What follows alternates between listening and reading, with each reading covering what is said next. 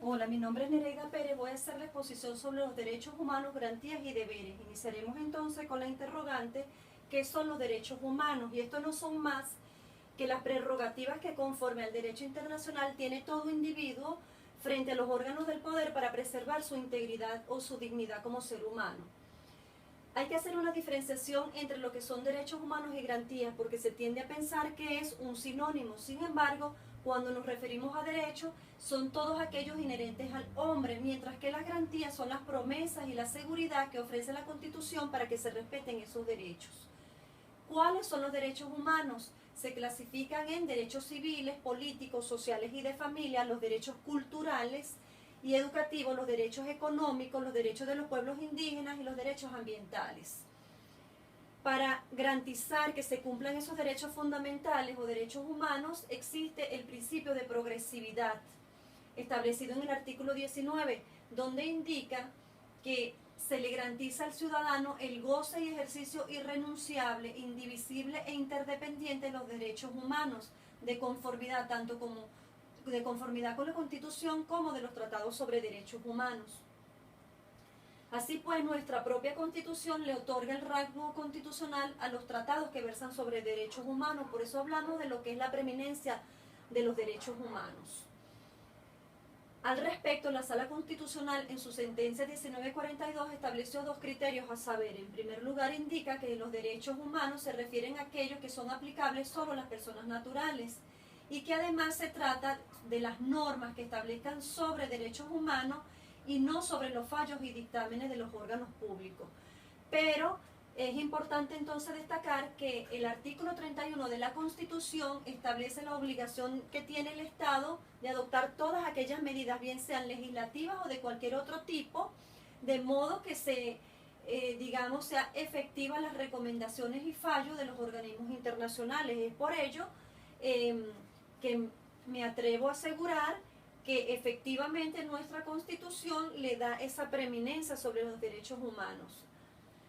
Ahora bien, es por ello que los funcionarios tienen la obligación de respetar los derechos humanos y también debe imponerse siempre la interpretación más favorable que venga a garantizar esos derechos humanos.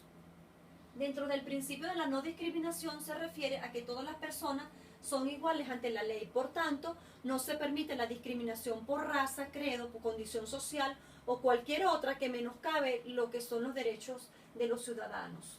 Así pues, nuestra ley también garantiza esas condiciones jurídicas e incluso administrativas para que se haga real y efectiva esa igualdad.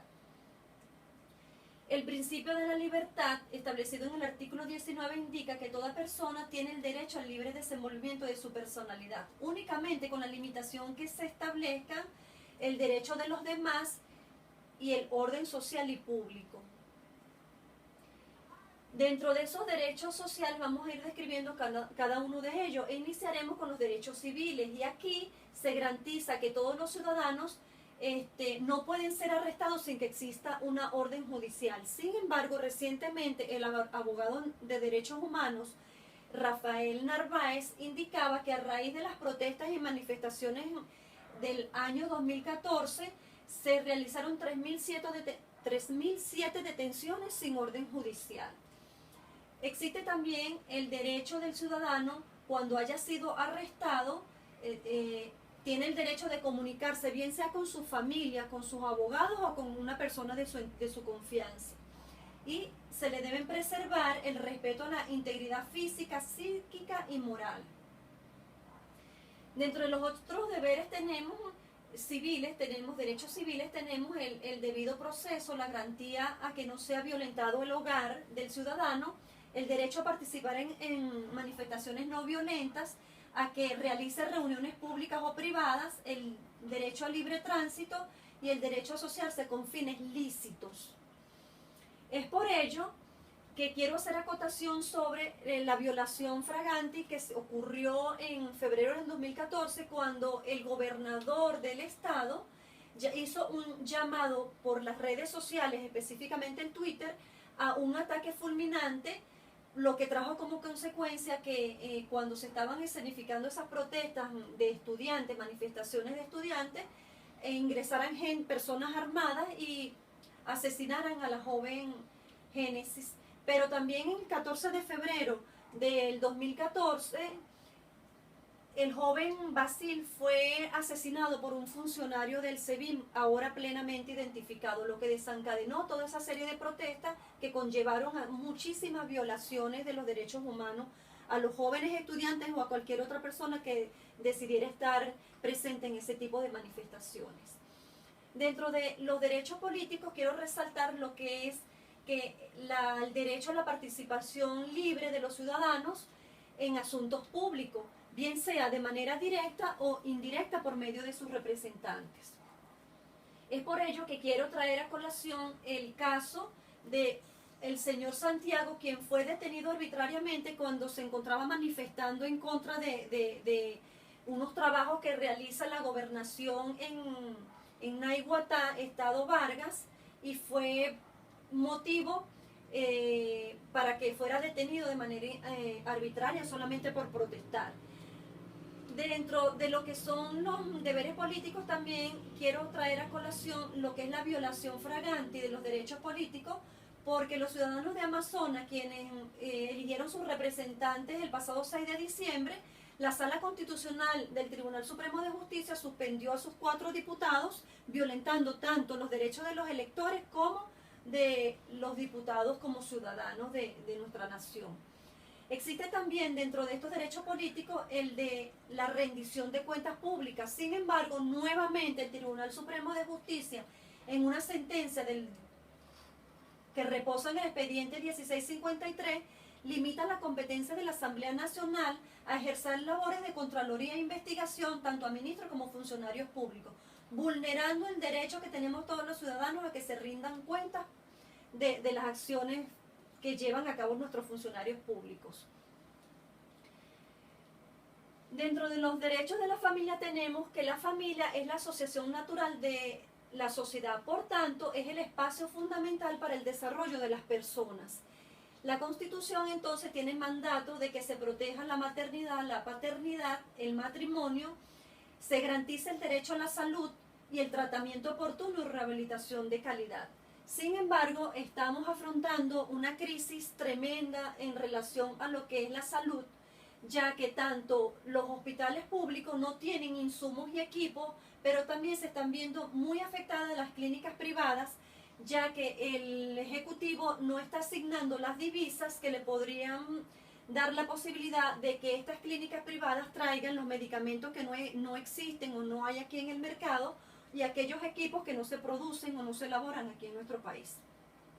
En las farmacias hay una falla tremenda de las medicinas para controlar una simple hipertensión, pero también enfermedades graves como cáncer, lo que está vulnerando ese derecho fundamental de todos los ciudadanos a lo que es la garantía de salud. Dentro de los derechos sociales tenemos el derecho al trabajo y a una existencia digna. Es por ello que traigo a colación lo que significan las expropiaciones de las empresas, comercios y medios de producción.